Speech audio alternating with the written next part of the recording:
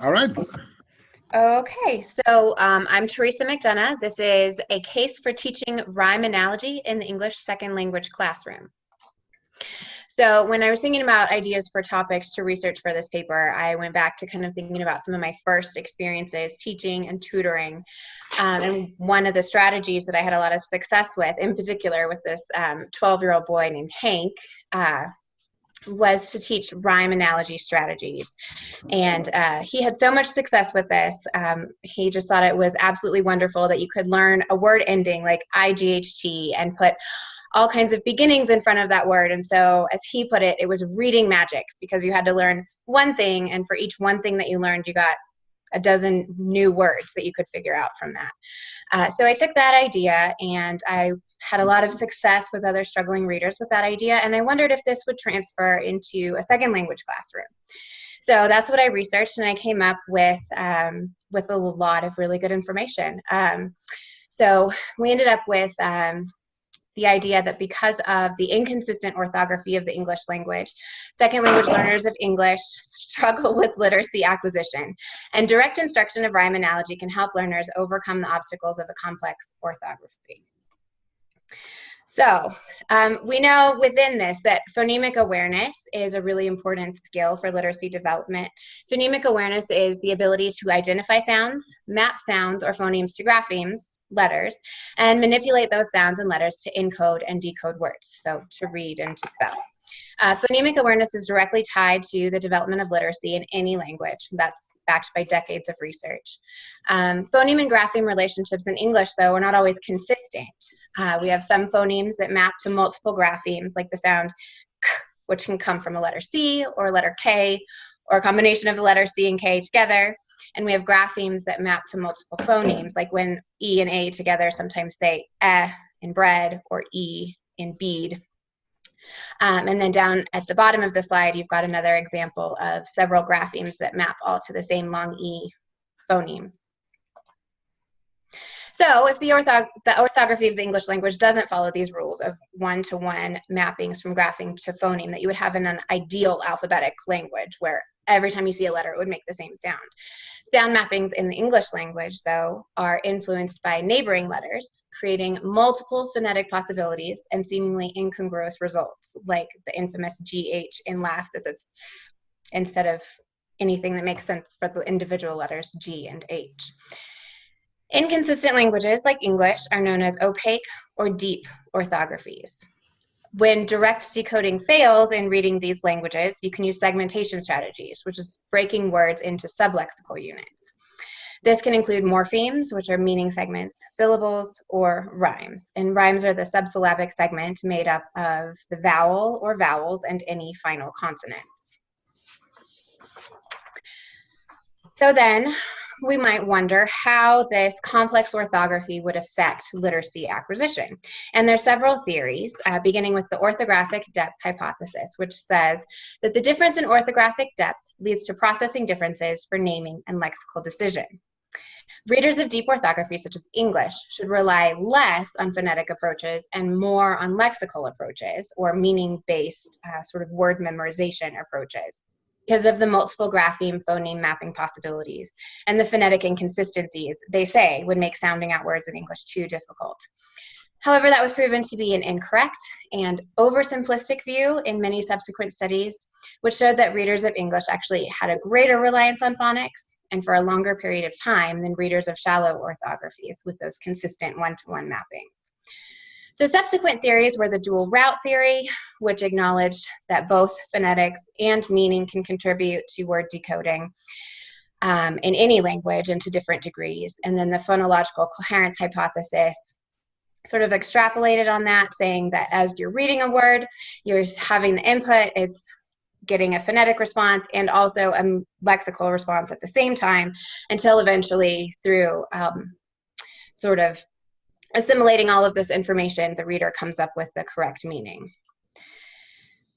However, neither of those words quite explained the complexity of phonics in a deep orthography. So that explanation was attempted by the psycholinguistic grain size theory. And grain size here refers to the accessible phonetic unit of a language. That's the single grapheme in a transparent orthography, or larger units, such as morphemes, syllables, and rhymes in an opaque orthography.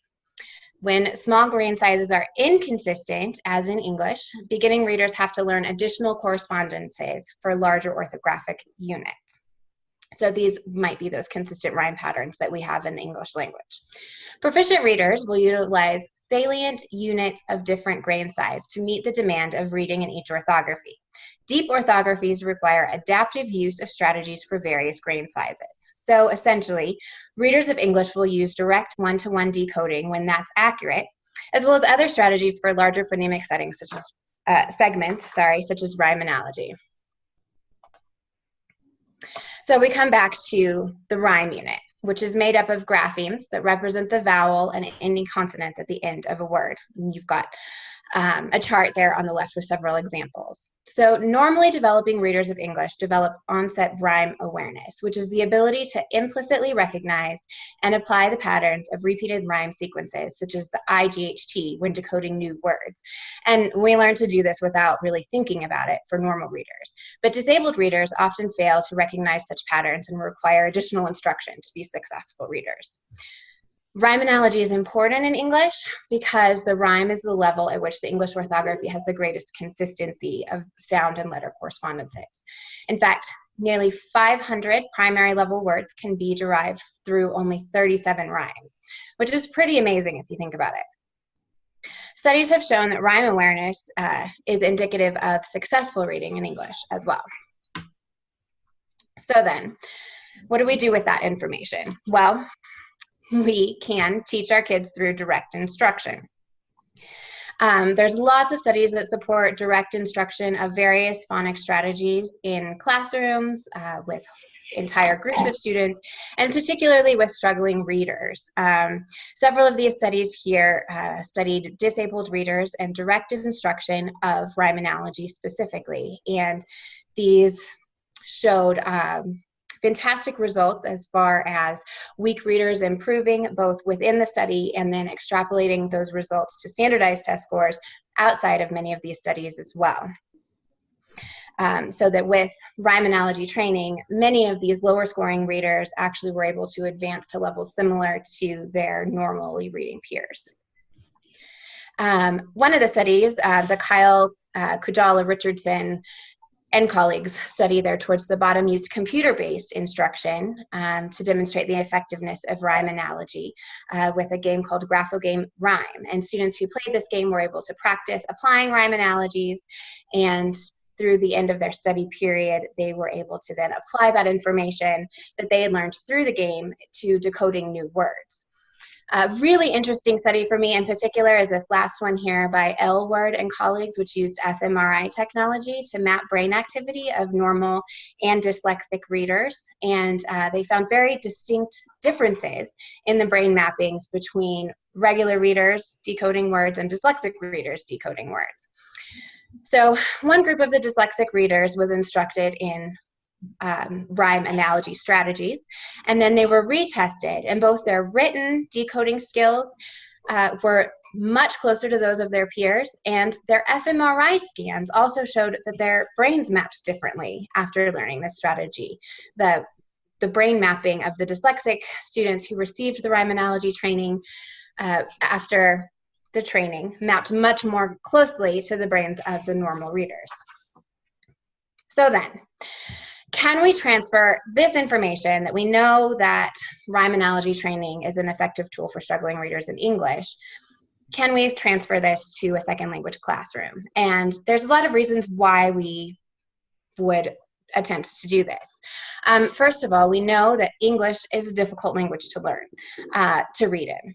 English first language readers struggle behind their international peers, there we go, by as much as 2.5 times. And this is likely because of the complex orthography of the English language. So learning to read in English is just harder than many other languages. For English L2 readers, as with L1 readers, the phonological reading association is powerful, is robust, and can transcend language differences. So developing phonemic awareness is just as important for second language readers of English as it is for first language readers. Second language readers must develop the same grasp of English phonetic systems as English L1 readers, and those don't necessarily transfer from other languages. Even in similar languages to English, there's going to be very many unique characteristics of the English languages, including our specific rhyme analogy patterns. L2 readers need even more support learning vocabulary, grammar, and linguistic structures than L1 readers who've had copious exposure to the spoken language before attempting to learn English literacy. So we have to keep that in mind as we're working with second language readers, that they don't have those 5-6 years of additional background knowledge in speaking the language before they come to our second language classrooms. And L2 readers only need to learn the language-specific devices of the new language. So direct instruction of rhyme and rhyme analogy addresses all of those concerns. All right. Oh, you have sorry, one more. So you're no studies. Oh, I'm sorry, I thought we had up to 15 minutes. Well, the 15 minutes is with the questions, but all right, go ahead and finish. Okay, I'm so sorry. This will take me about 1 minute to finish up. So no studies were available that directly studied rhyme instruction in English L2 classrooms. However, there are studies in teaching rhyme level instruction in fictitious orthographies that are similar to English that showed the success of this strategy. There are also studies using artificial script and explicit instruction to teach the characteristics of those languages. And it is the explicit direct instruction of the linguistic characteristics that leads to successful learning. And again, this was also true in the study that Kiskin did with adults learning to read Russian. It was direct, explicit instruction of the characteristics of the language being learned that led to the greatest success among the students. And also, rhyme instruction is promoted in textbooks on second language instruction. So it's all there for us. So rhyme analogy, as a unique characteristic of the English language, is a skill that warrants explicit instruction for L2 learners of English in order to become skilled readers in the English language. Now I'm done. Sorry. All right, very good. Okay, so yeah, it was a little bit long, but that's okay. Nothing, because you did pack a lot of information on those slides. You know, in fact, I'm not sure that you followed the instructions as far as font size, but okay, don't worry about that now. It seems a little bit small font, but okay. Can you get off can you stop sharing the slides, please? Yes. There you go. There you go. So as I was saying, well, now you're big. I have to back off from the screen. I have a big monitor, and your face is larger than life. Yeah, a lot of information. You did a lot of reading the slide, okay? Now, and that is a little bit of a personal peeve, so don't take it too much. It's sort of my opinion here, but generally speaking, people agree with me that that's not the best way of presenting, because I can read the slide myself, right? I don't need you to read the slide. And so it's better to talk about what you have on the slide rather than read the slide. Okay. So, you know, if you're going to do this some other time, just keep this in mind, you know, that it's not necessary to read the slide. Okay? Sure. No, I agree with you. I was having trouble balancing all of the information I wanted to share with the time constraints. I know. And again, remember I said it's my pet peeve, so don't, I'm not saying your presentation was horrible because you read. I'm just saying, you know, if you're going to do this again, you want to keep that in mind. Sure. In fact, your presentation was very good. You did a very good job you did a very good job of presenting. You clearly took the assignment very seriously, and you know, so that's very good. And I do have a couple of questions for you. Absolutely. Okay, so I did notice one inconsistency in your APA, is that and in fact, amusingly enough, because you chickened out of reading the full name of the Finnish guy, the one that has two Y's in a row, you read the authors and then you stopped and you said, and colleagues. Right. That made me notice that the next one you have et al. Okay, but that's an inconsistency, because it should all be listing all the names with the year. Okay. Okay, to be consistent APA. Okay. I think that one had about 8 unless authors. It has like 17 authors, but otherwise it should. Yeah, I think that one had about 8. All right. Okay. Well, I don't remember what APA says as far as the number, but yeah. So you would. Yeah, I will definitely double check that in the future. But I was amused that you chickened out at the Finnish guy. Well, when I practiced it, I said "and colleagues" every time to keep it shorter, and yeah, just found myself a little off track there. So you want to check that for the IPA now? For the APA. Sorry. So the two questions that I have are this. You commented that being able to account for 500 words with 37 rhymes was a pretty impressive result, right? Yes. Okay, but so what I was thinking in the back of my head is, well, there's about 500,000 words in English. What's 500, right? I mean, so I'm not sure that I understand the significance of the results. So can you explain? Sure. Yeah. No, I'm thinking about that, I guess, as a reading teacher, because that's my background. So, a lot of times when we're thinking instruction in a reading classroom, we're thinking about what you get for the biggest bang for your buck, kind of like where you spend your instructional time. And so there's a lot of emphasis on high frequency words. Okay. So it's a list of high frequency words that we're talking about. So 500, it says primary words. So those are going to be a lot of those low level basic words that readers need to know, because they're going to see over and over and over again as they're developing literacy. Words? Is it 1,000 words? That's the list, the complete list? The complete list of high frequency words is, yes, it's 1,000 words grouped by 100. Okay. That's what I thought. Okay. All right. Okay. No, then it is significant, because that's a half of the list. All right. Okay. I understand. Thank you. That's a good explanation. Okay. So then the other thing that I wasn't clear about, so when you're talking about using rhyme instruction, direct rhyme instruction in teaching English, is this targeting populations that are previously not literate in their own language? No, not specifically. I mean, I think that you could use it in any situation, really. Like once you get past the initial, like A says ah, B says ba, sort of introductory phonetics to reading in English. As you're going along, you're going to run into these otherwise sort of anomalous situations like the IGHT that doesn't make any sense. So you, I guess I was thinking primarily of like an ESL classroom within a public school, where you're going to be teaching grade level reading skills to second language those students would be basically pre-literate in any language, right? Because they really haven't acquired, they're not fully literate to begin with, right?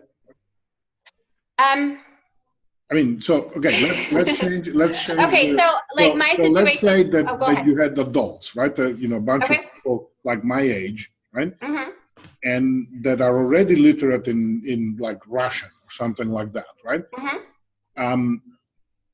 Would then teaching rhymes be helpful to somebody who's already literate in another language? Yes, because it's a unique characteristic of English.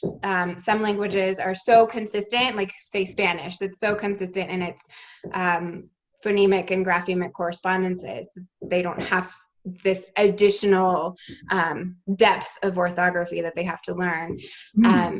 So it's a skill that whether you're literate or not, it's a skill that's unique to learning to read in English. Okay. I'm suspicious of sweeping claims like this, but okay, I buy your argument, so that's good. All right, very good. Okay, so again, good presentation. It was clear, it was well organized, and you did a very good job of presenting. You know, I really appreciate that you took the assignment very seriously. Questions from the rest of the audience? No, I thought it was very informative. I have never heard of rhyme analogy before, so it was a good learning experience for me. Thank you. Good. All right, very good. Okay, so let me stop the recording here real quick. What do you want? It's recording. Okay. Sorry about that, everyone. Now you're gonna have to tell me when to advance the slides, okay? Okay, I will do that. My audio is okay? Mm-hmm. Okay. I up, so I apologize if this doesn't go smoothly, but I will do my best. This is welcome to my presentation on principal reasons for using L1 in the L2 classroom. Next slide. Let me begin by saying the L1 refers to the student's first or native language, while L2 refers to the second language or the target language being taught and studied in the language classroom. Why the interest in L1 youth? This topic is of personal interest to me as an EFL teacher in Japan. Assigning pedagogical value to L1 youth helps to justify L1 youth or use of the student's mother tongue in the L2 classroom. As an EFL teacher in a non-English speaking environment, an environment where once the students leave the classroom, there is little to almost no exposure to the L2, in this case English, finding pedagogical value for L1 use helps me to understand in what contexts using the student's native language is acceptable, and further helps me to monitor my own use, making sure I am judicious in my approach. In researching the principal reasons for L1 use in the L2 classroom, I hope to help teachers alleviate feelings of guilt they may have for using the L1 when we as language teachers are often encouraged to maximize the L2 or the target language. Going to the next slide.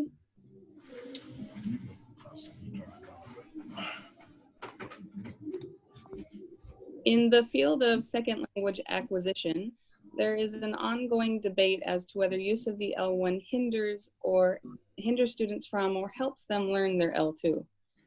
Over the past century, monolingual methods such as the direct method, which requires language teaching and learning to be carried out exclusively in the target or second language, have been predominant. However, in recent years, research has shed light on the advantages of L1 use in the L2.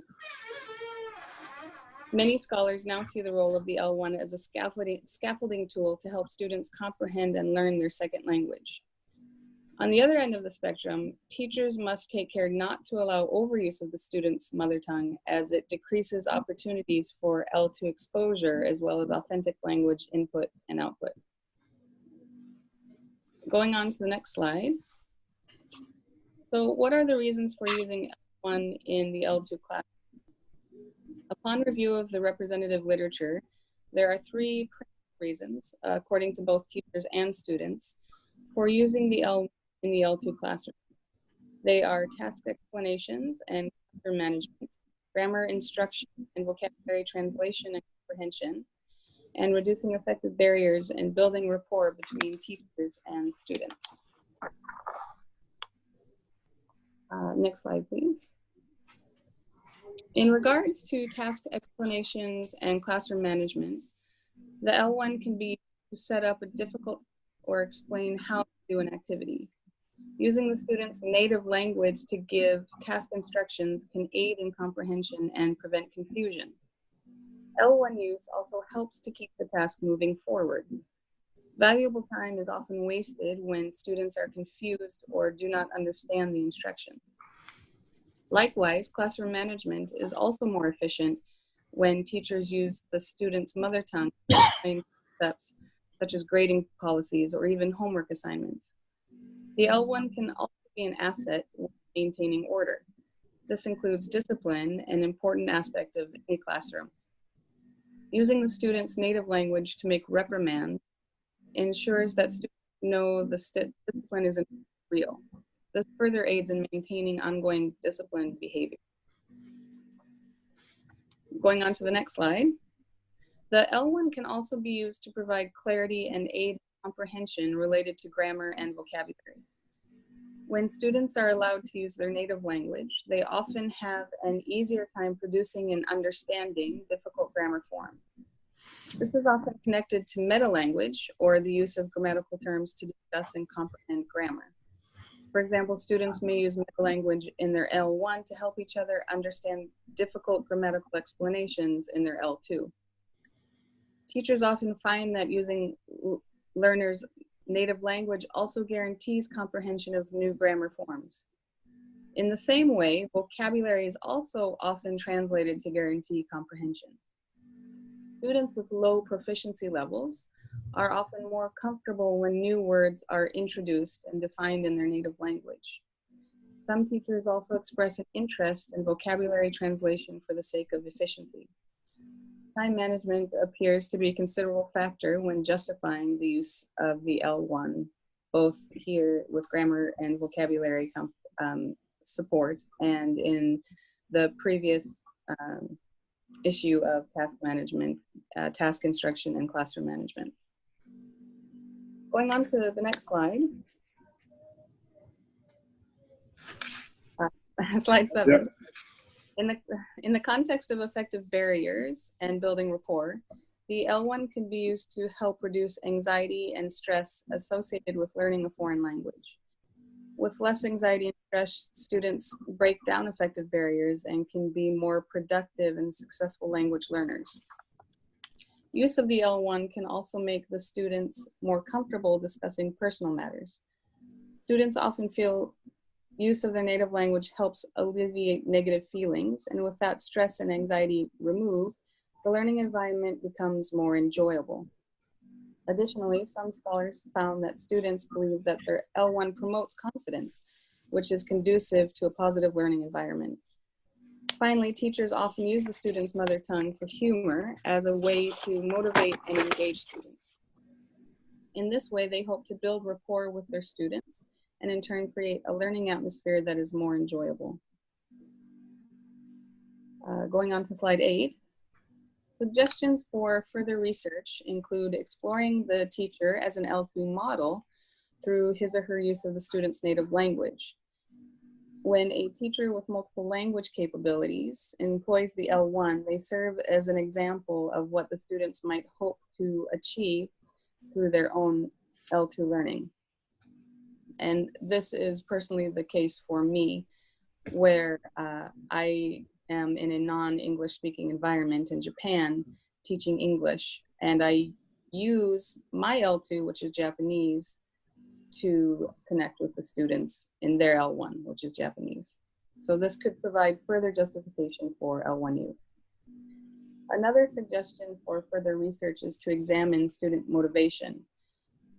This did not come up very often in the literature, and it's important to note that many students, especially at the university level, find themselves in compulsory foreign language classes. Use of their mother tongue could alleviate frustration and other negative feelings from being forced to learn another language, or aid in comprehension for those students who find the L2 difficult. A final suggestion is to further investigate the rationales of individual teachers for their L1 use in the L2 classroom. This has already been done quite a bit, but further research into additional research into this could contribute to an even more comprehensive analysis of reasons for using the L1 judiciously alongside the L2. Going on to the next slide. In conclusion, the L1 does have a place in the L2 classroom. It is effective in task explanations and classroom management. It supports grammar and vocabulary comprehension, and reduces effective barriers by alleviating stress related to learning a foreign language, as well as builds rapport between teachers and students, ultimately making the classroom a more enjoyable learning environment. Through these justifications and a judicious approach to L1 use in the L2 classroom, teachers can begin to feel less guilty when they resort to their students' native language. Additionally, reflective teaching could serve to better educate about the advantages of L1 use in the L2 classroom. Through this self-awareness, teachers would learn to determine for themselves appropriate situations for involving the L1 and ensure its judicious use. The last slide is a slide of my references. Thank you very much for listening. And if you have any questions, please feel free to ask. All right, very good. Thank you. That was a very good presentation. And your timing was impeccable. You did exactly 10 minutes. You obviously practiced. I could tell. That's good. I guess, okay, so as I said, very clear presentation. I don't have any particular questions except for two things. One is I didn't quite understand your point about you using your Japanese L2 in an English class. That I didn't understand. What's the point you were making? The point that I'm making is, and well, it's a difficult point to make if the students don't realize it. Yeah. But and you would have to make them aware of it somehow, which is also kind of not the point. Because we don't share the same L1, yeah. My L1 is their native language. So I serve as a model of what they could go on with. What? Pardon? I thought, okay, I'm confused. I thought you said that you were using your L2 in the classroom. Right. So, of course, in the classroom, the idea is to maximize the L2, which in my case, personally, is English. Right. Not my L2, the student's L2. Their L2, right, okay. But right. It's your L1, right? Right. It's right. It's my L2. However, by resorting to their L1, which is my L2, right. coin flipped, I can serve as a model of how they can go on past the classroom into the world using their L2. In this, I mean, so they would go out into the world. They could graduate. I just serve as a model of, Shannon is using her L2 on a daily basis here in Japan. Yeah. To interact and communicate with us. What I'm learning now, English as a second language, as a foreign language, actually, I could go on beyond university, and there are ways for me to use my L2 once I graduate. Right. Okay, so you're saying it's like, see, you can do something with this foreign language that we're teaching you. It's not just for entertainment value. Because in a non-English speaking environment like Japan, where there's very little exposure on the outside of the classroom to not just English, but foreign languages in general, like Spanish, German, French, where there's very little exposure other than, for example, in pop music or at karaoke bars. They can look at me and say, maybe I can graduate and go on and use my L2 in my life. Maybe there. No, I understand. The only trick is to the trick is how to get them to realize this and notice that without saying to their face. Example of, I mean, I could say that, I could do that, but. Well, yeah, I mean, why is that a problem? I mean, you can, you could say, see, here's somebody who's, Right. So, but to do that, then I would need to resort to their L1, which is my L2, from time to time. And I could say, hey, look, using my L2, which is your L1, Right. Meaning you could leave this classroom and one day use English. Right.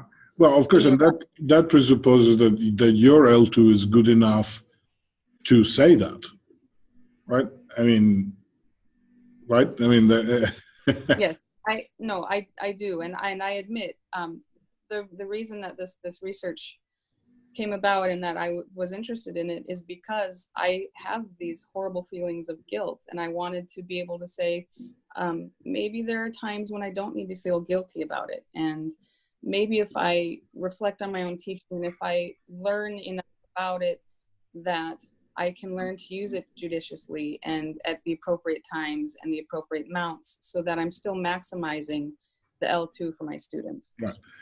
All right. So the second question is a more general question, and it's not so much a question to you, but more for like the whole idea of using L1 in an L2 classroom. What do you do if you have a classroom with 20 different L1s in it?